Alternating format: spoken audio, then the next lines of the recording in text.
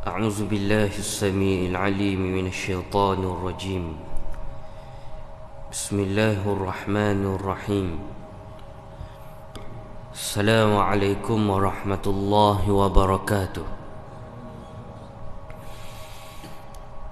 الحمد لله رب العالمين الذي أنعمنا بنعمة الإسلام والإيمان، والذي أنعمنا بنعمة الإحسان، وفضلنا على كثير من الأمم، والصلاة والسلام على أشرف الأنبياء والمرسلين، وعلى آله وصحبه والتابعين لهم بإحسان إلى يوم الدين. رب اشرح لي صدري ويسر لي أمري واحلل عقدة من لساني يفقهوا قولي. سبحانك لا علم لنا إلا ما علمتنا إنك أنت العليم الحكيم. ولا حول ولا قوة إلا بالله العلي العظيم. أما بعد. Alhamdulillah, yang pertama-tamanya dan juga untuk selamanya kita merafakkan setinggi-tinggi rasa syukur kepada Allah Subhanahu wa taala, kerana dengan limpah serta dengan kurniaan daripada Allah masih lagi memberikan kepada kita kehidupan yang baik, kesihatan yang baik, umur yang sejahtera, bagi kita meneruskan lagi tugas kita beribadah, taat kepada Allah Subhanahu wa taala. Muslimin muslimat, hadirin hadirat yang dikasihi oleh Allah Subhanahu wa taala sekalian, satu doa yang kita sentiasa baca apabila sampainya bulan Sya'ban: Allahumma barik lana fi Sya'ban wa ballighna Ramadan. Kalau pada bulan Rejab dahulunya kita baca Allahumma barik lana fi Rajab wa Sya'ban wa ballighna Ramadan. Doa yang kita minta berkat daripada Allah, sama ada di dalam bulan Rajab ataupun di dalam bulan Sya'ban, terutamanya yang telah lalu kepada kita malam nisfu Sya'ban pada baru-baru ini, yang dianggap dan juga yang disifatkan sebagai salah satu malam yang mustajab padanya doa. Dan kita masih lagi meneruskan lagi misi kita, berdoa kepada Allah Subhanahu wa taala di dalam bulan Sya'ban, dan supaya disampaikan kita agar kita dang sampai di dalam bulan Ramadan Al-Mubarak. Yang pertamanya, adakah kita ikhlas kita berdoa kepada Allah Subhanahu wa taala? Ya Allah, ya Tuhanku, aku minta berkat dalam bulan Sya'ban dan sampaikanlah aku dalam bulan Ramadan. Adakah doa yang kita doa, yang kita minta kepada Allah Subhanahu wa taala ni, kita minta dengan Allah? Yang pertamanya kita minta dengan Allah, kita minta dengan Maha Suci, kita minta dengan Maha Mulia, bukan minta dengan JKA. Kalau minta dengan JKA tak apa, nak keluk-kelek apa semua pun. Minta dengan Allah, Allah yang boleh setak nyawa kita bila-bila masa sahaja, Allah yang boleh rupih kepala kita bila-bila masa saja, Allah yang boleh retuh tangan, boleh retuh kaki kita bila-bila masa saja. Maka adakah kita minta doa, ya Allah, ya Tuhanku, aku nak sapa bulan Ramadan ni ikhlas sebab nak sapa bulan Ramadan, ataupun sebab nak raya cepat contohnya? Atas masing-masing, itu atas ikhlas niat masing-masing.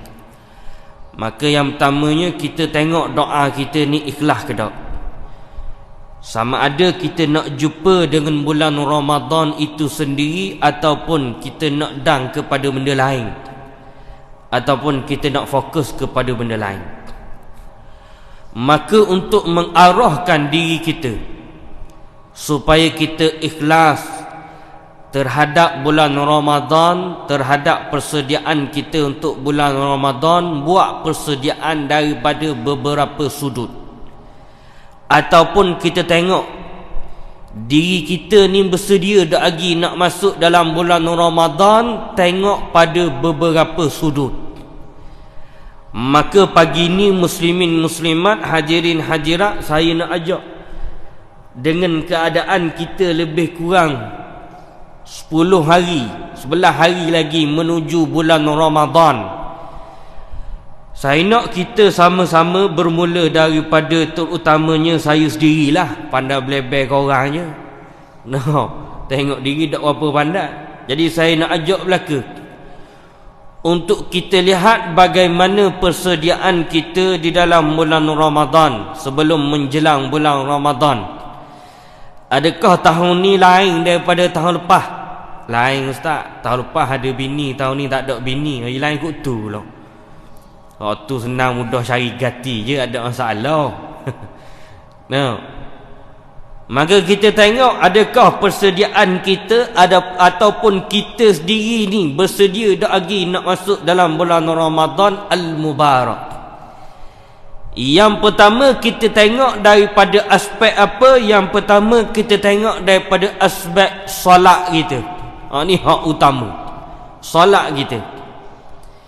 Yang mana solat ni merupakan ibadah yang padanya ada akidah di dalamnya, yang mana padanya ada syariat di dalamnya, yang mana ada tasawuf di dalamnya. Ini bab berkaitan dengan solat, ada belaka dalam berkaitan dengan akidah. Mesti yakin bahawa perintah semayang ni adalah daripada Allah, bukan rekayasa ulama, bukan rekayasa Nabi sallallahu alaihi wasallam, bukan. Memang tepat daripada Allah Subhanahu wa taala yang perintah suruh kita buat, Allah. Maka orang yang kenal Allah, dia takut nak tinggal semayang, hatta walaupun semayang sunat sekalipun apa semua. Sebab apa? Dia kenal Allah. Allah bukan Pak Allah. Kalau setakat kenal Pak Allah nak tinggal semayang mudah sangat. Bukan Pak Allah, Allah. Allah yang maha berkuasa, maha pemurah. Bukan setakat maha pemurah, dia juga maha pemarah kalau kita meninggalkan ataupun gagal melaksanakan perintahnya. Apabila kita berbicara tentang solat, maka ada macam-macam pesen. Hak antara hak pernah saya jumpa dah secara langsung, ni bukan tak apa belapik, secara langsung. Dia kata, ustaz, inna salata tanha 'anil fahsya'i wal munkar. Sesungguhnya sembahyang ini mencegah daripada perkara jahat dan juga daripada perkara mungkar. Maka saya sampai tahap hari ni ustaz, jok daripada balik tak. Sampai saya masuk pondok, sampai saya belajar ilmu tu, sampai saya belajar ilmu ni, saya tak pernah buat perkara fahsyat, saya tak pernah buat perkara mungkar. Maka saya rasa saya tak perlu sembahyang dah, sebab saya suci dah apa semua, sebab saya tinggal habis dah. Perkara fahsyat saya tak buat dah, perkara mungkar saya tak buat dah. Maka saya tak perlu dah sembahyang. Sebab apa? Sebab sembahyang ni disebut dalam Al-Quran, inna salata tanha 'anil fahsya'i wal munkar. Mana kalau ikut kepala logik akal kita, betul juga dah. Kalau macam kita ni baik dah, buat benda kita sembahyang ginya. Kan Tuhan sebut kan, ni Tuhan sebut, inna salata tanha 'anil fahsya'i wal munkar. Maka pun saya rayak sebenarnya abang salah faham. Al-fahsya' wal munkar ni bukan sekadar kita buat larangan Allah, tapi juga kita meninggalkan perintah Allah. Maka tinggal semayang ni termasuk tak dalam perkara fahsyat, termasuk tak dalam perkara mungkar, termasuk dah. Maka kalau kita tinggal semayang, automatik kita sedang melakukan perkara fahsyat, kita sedang melakukan perkara mungkar, dan juga kita sedang melakukan maksiat.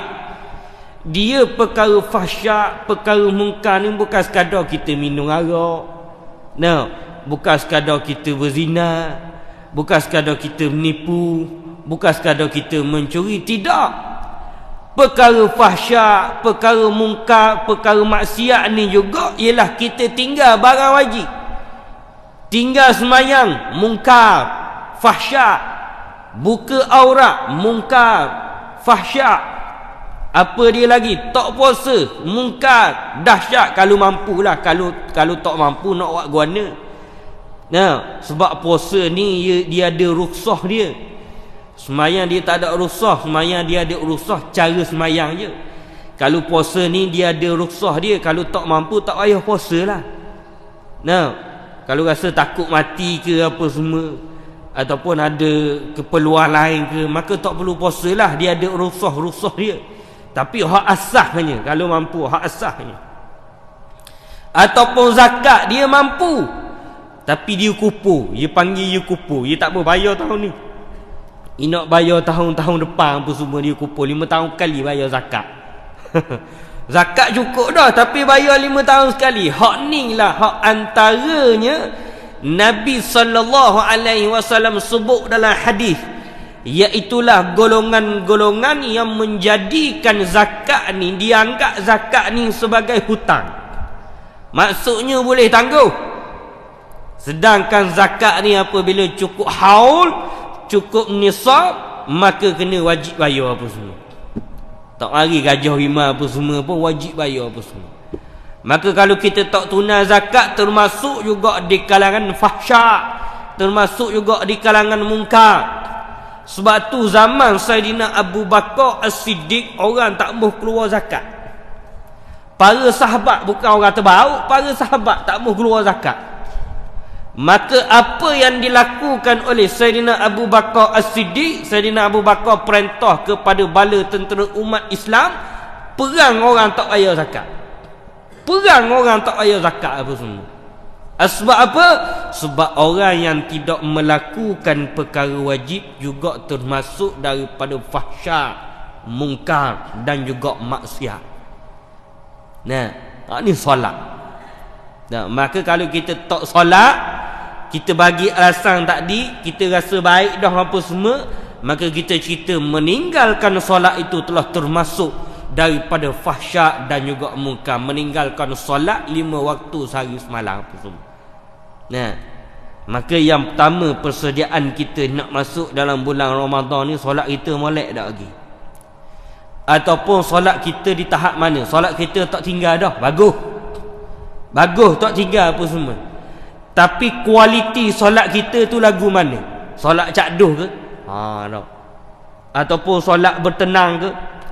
Ataupun solat panjang ke? Ataupun solat awal waktu ke?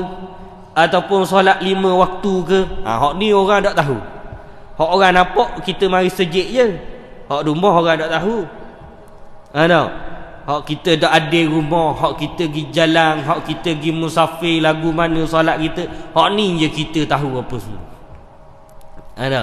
Maka lagu mana persediaan kita ataupun kualiti kita untuk masuk di dalam bulan Ramadan Al-Mubarak apa semua. Hak tu yang pertama yang perlu kita tengok sebelum kita masuk dalam bulan Ramadan. Sebab apa? Sebab kita takut dalam kita masuk dalam bulan Ramadan, puasa molek tapi semayang tak molek. Orang puasa molek tapi semayang tak molek, semayang kelek-kelek, kadang semayang, kadang tak semayang apa semua. Apa yang ulama sebut? Seumpama dia isi air dalam baldi yang bocor apa semua. Isi air dalam bulan puasa ni, duk puasa semua, puasa. Tapi baldi bocor. Jadi isi air dalam baldi bocor ni lagu mana? Terawak balik rumah kat lagi. Ambil baldi se, Nah, hok berlubang-lubang isi air, nak tengok tahun bila penuh apa semua. Nah, tahun 2060 dak penuh lagi pasal boleh dibaca. Ada ambil air selori ke siapa ke dak penuh. Maka gitulah perumpamaan ulama orang yang masuk dalam bulan Ramadan tanpa dia buat persediaan daripada solat dia apa semua. Ni yang pertama. Yang keduanya, sebelum daripada bulan Ramadan ataupun kita nak masuk dalam bulan Ramadan, tengok kualiti dan juga tahap lagu mana kita ni seorang manusia, sifat kita ataupun action kita dengan Al-Quranul Karim. Tu yang kedua. Lagu mana perangai kita dengan Al-Quranul Karim. Adakah kita ni seorang yang buka Al-Quran setiap hari? Adakah kita ni seorang yang buka Al-Quran seminggu sekali? Adakah kita ni jenis orang yang suka dengar Al-Quran, yang mana Allah Subhanahu wa taala sebut dalam Al-Quranul Karim, wa idza tuliyat alaihim ayatuh zadatuhum imana, yang apabila mereka dengar alunan ayat suci Al-Quran, tak kira siapa baca pun, untuk imam kita tak dibaca ke, nah, mari Johan Qori antarabangsa baca ke, mari orang biasa baca ke, mari budak tahfiz baca biasa ke, zadatuhum imana, kata Allah, iaitulah mereka ni bertambah iman mereka. Ni orang beriman apa semua. Ataupun kita tak rasa gapo satu, tak rasa gapo satu, baca Al-Quran tak rasa gapo satu, orang lain tak rasa gapo satu, orang lain baca tak rasa gapo satu apa semua. Nah, sebab itulah ulama letak satu KPI, letak satu KPI yang mana seorang manusia ataupun secara khususnya seorang orang Islam yang mana dia lupa dengan Al-Quran. Lupa dengan Al-Quran ni apa dia? Lupa habis. Nak rujuk Al-Quran lupa, nak baca Al-Quran lupa, nak belajar Al-Quran pun lupa. Dia tahu diri dia tak pandai baca Al-Quran, tapi saja bagi alasan supaya sampai ke mati dia boleh kata bapa dak baca Al-Quran, sebab dak pandai baca Al-Quran, tapi tak belajar baca Al-Quran. Hak ni tanggungjawab dia. Dia jawab lagu mana papah dia mati esok-esok apa semua tu, dia jawab lah. Nah, dia boleh guna alasan ame tak pandai ngaji, ame gagak ngaji. Mana kalau dia boleh guna alasan atas dunia ni, nah, kita rayak kepada dia, pak, cuba pak jawab alasan ni depan Allah lepas daripada pak mati apa semua. Pak berani tak apa semua. Ini Al-Quran apa semua. Jadi lagu mana sifat kita dengan Al-Quran? Sebab kita cerita tadi, apa kita nak rajin Al-Quran belum puasa je? Rajin Al-Quran dalam bulan puasa sudah. Tu kita kata kita takut kita tak ikhlas. Hak mula-mula kita royak tadi, takut kita tak ikhlas. Takut kita baca Al-Quran asbab apa? Bukan asbab Allah tengok, tapi asbab bulan Ramadan. Nah, asbab bulan Ramadan je kita rajin baca Al-Quran, bukan sebab asbab Allah. Nah, sebab tu kita nak lagu mana sebelum kita apa nama dalam bulan Ramadan. Sebab apa? Dalam bulan Ramadan ni baik belaka, betul tak? Betul tak? Baik belaka. Hak jenis mulut uduh pun jadi mulut baik, baik tahu dalam bulan Ramadan apa semua. Tapi nak tengok kita ikhlas tak? Kita buat amal ni kerana Allah ke Allah ada dalam bulan Ramadan je? Allah ada hikmah kan tak? Allah bukan ada dalam bulan Ramadan je. Tak, bulan Ramadan berkat sikit. Dah bulan lain tak berkat. Bulan lain tak payah sembahyang tak? Bulan lain tak payah baca Al-Quran tak? Ataupun memang betul, memang kita mimpi, ataupun memang kita dapat wahyu, mati aku dalam bulan Ramadan je. Kalau tak bulan Ramadan aku tak mati. Ada. Ni kita nak tengok kita ni ikhlas ke tak kita masuk dalam bulan Ramadan, ataupun kita rajin baca Al-Quran asbab kerana apa dalam bulan Ramadan ni. Sebab tu sebelum kita masuk dalam bulan Ramadan, tengok sifat kita dengan Al-Quran. Kita berahi tak dengar Al-Quran? Kita berahi tak kita berusaha tak belajar Al-Quran? Nah, sebab tu ulama sebut orang yang perkataan yang keluar daripada orang yang malah baca Al-Quran, yang tak percaya dengan Al-Quran, inilah percakapan orang yang paling tidak boleh dipercayai apa semua. Kita tengok kalau kita malah baca Al-Quran, kita tak usah sembang banyak Ulama kata inilah percakapan orang yang paling tak boleh dipercayai. Pandai cakap bab negara, bab ekonomi ke bab falsafah, tak ada Al-Quran dalam diri dia. Inilah mulut manusia yang ulama kata paling tak boleh dipercayai. Sebab apa? Tak ada Al-Quran dalam diri dia. Maka kita minta lindung daripada Allah supaya kita tergolong daripada golongan yang nyanyok ni. Ulama panggil golongan nyanyok. Orang nyanyok ni boleh ambil cara tak lagi kalau dia cerita apa-apa. Tak boleh dah. Saya nyanyok dah. Dia cerita kukuk warna pun tak jadi gagah dah apa semua. Ada. Tu kita panggil persediaan yang kedua yang perlu kita buat sebelum datangnya bulan Ramadan. Yang ketiganya ataupun yang terakhir 3 daha pagi ni, wayak banyak-banyak orang jadi marah korang pula apa semua. Wim dia banyak-banyak, bukannya dah pun wi 3 pun dak kat nak. Dah. Dan yang ketiganya ialah sedekah kita. Tiba-tiba masuk dalam bulan Ramadan jadi rajin sedekah apa semua. Bagus tak? Bagus.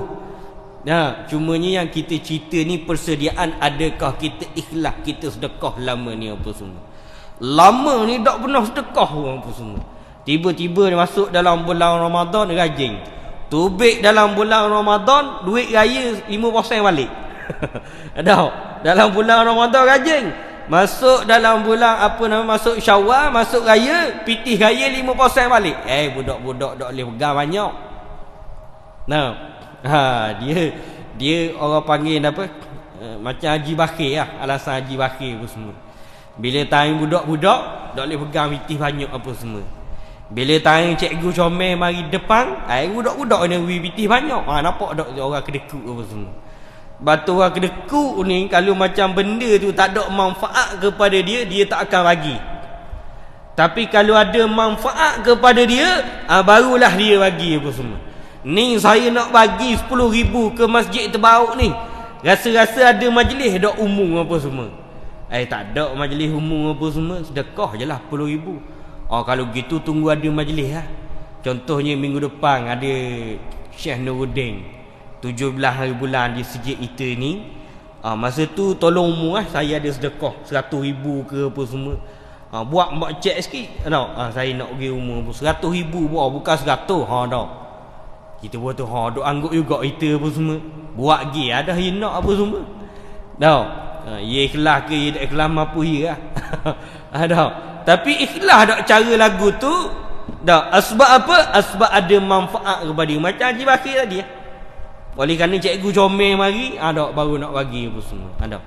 Dan juga barang sedekah ni bukan barang biasa-biasa. Nabi sallallahu alaihi wasallam sebut dalam satu hadis hak pendek sangat apa semua. Saya rasa budak-budak dalam ni pun, muslimat dalam ni pun, muslimin dalam ni semua boleh ingat. Pendek, 2 patah perkataan ke. Apa yang Nabi sallallahu alaihi wasallam sebut? As-sadaqatun burhanun. Burhanun. Boleh ingat tak? Rasa-rasa boleh ingat tak? 2 minggu akan datang nak tasbih tak? Kita buat beratur semua tanya hadis tu 2 minggu akan datang. Ingat ada hadis 2 minggu lepas? Ada. Ingat nama sedekah, ingat nama burhan. Ada nama burhan sini. Mudah sangat nak ingat hadis ni apa semua. As-sadaqatu sambung. Sambung, kau ulang sambung. As-sadaqatu burhanun apa semua. Ingat nama burhan je. Apa maksud dia? As-sadaqah burhanun, bukti ataupun tanda bahawasanya dia inilah orang-orang yang beriman kepada Allah Subhanahu wa taala. Burhan ni bukti, evidence kita panggil dalam bahasa orang putih. Bukti. Maka bukti kita antara bukti orang beriman as-sadaqah, dia pandai bersedekah. dia rajin bersedekah, dia suka bersedekah. Maka sedekah ni bukan biasa-biasa. Tapi Nabi dak ayat as-sadaqatu burhanun fi Ramadan. Nah, sedekah ni menjadi bukti orang beriman kalau dia rajin sedekah dalam bulan Ramadan. Tidak. Tapi adalah kelebihan-kelebihan dalam bulan Ramadan. Nah, cumanya persediaan kita lagu mana apa semua. Adakah kita ikhlas?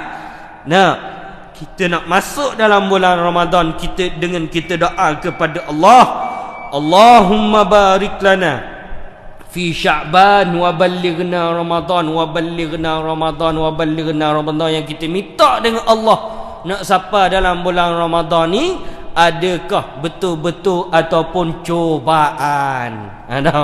Betul-betul ke ataupun kita dak ikhlas apa semua? Maka kita tengok. Maka muslimin muslimat, saya nak ajak semua tengok track record kita dak berkaitan dengan 3 benda kita sebelum ni. Apa dia? Solat, Al-Quran dan juga sedekah kita sebelum kita masuk dalam bulan Ramadan kayak gini apa semua. Ada bulan Ramadan yang tidak tidak lama lagi, lebih kurang 10-11 hari lagi dan kedok kau mati dulu kau. Nah, batu kena meki, mayang kena meki, Quran kena meki. Tahu apa nama ni, sedekah kita kena meki apa semua. Banyak lagi hak kita kena meki. Tapi kita cek dulu track record kita hak 3 ni. Nah, adakah kita rajin semayang, kita semayang di awal waktu dah ke kita semayang lewat waktu? Asbab kerja jadi, asbab dunia jadi lewat waktu semayang. Asbab kerja tak boleh nak baca Al-Quran. Asbab kerja tak komitmen kerja siapa tak boleh nak sedekah kepada agama Allah, kepada masjid apa semua. Tu kita semua kita cek track record kita sendiri. Cek track record masing-masing. Dan adakah kita telah bersedia dengan seikhlas mungkin, dengan sebaik mungkin untuk kita menyambut dalam bulan Ramadan? Kita muhasabah diri kita masing-masing, insya-Allah. Jadi saya rasa cukuplah sekadar tu untuk tazkirah subuh rekah pada pagi ini. Apa yang baik itu datang daripada Allah, apa yang kurang, yang lemah itu datang daripada diri saya sendiri. Saya minta maaf banyak-banyak. Auzubillahi minasyaitonirrajim. Bismillahirrahmanirrahim. Alhamdulillahirabbil alamin. Wassalatu wassalamu ala asyrafil anbiya'i wal mursalin wa ala alihi wa sahbihi ajma'in. Allahumma faqqihna fid din wa 'allimna at-ta'wil. Alhamdulillahi rabbil alamin. Billahi taufiq wal hidayah. Assalamualaikum warahmatullahi wabarakatuh.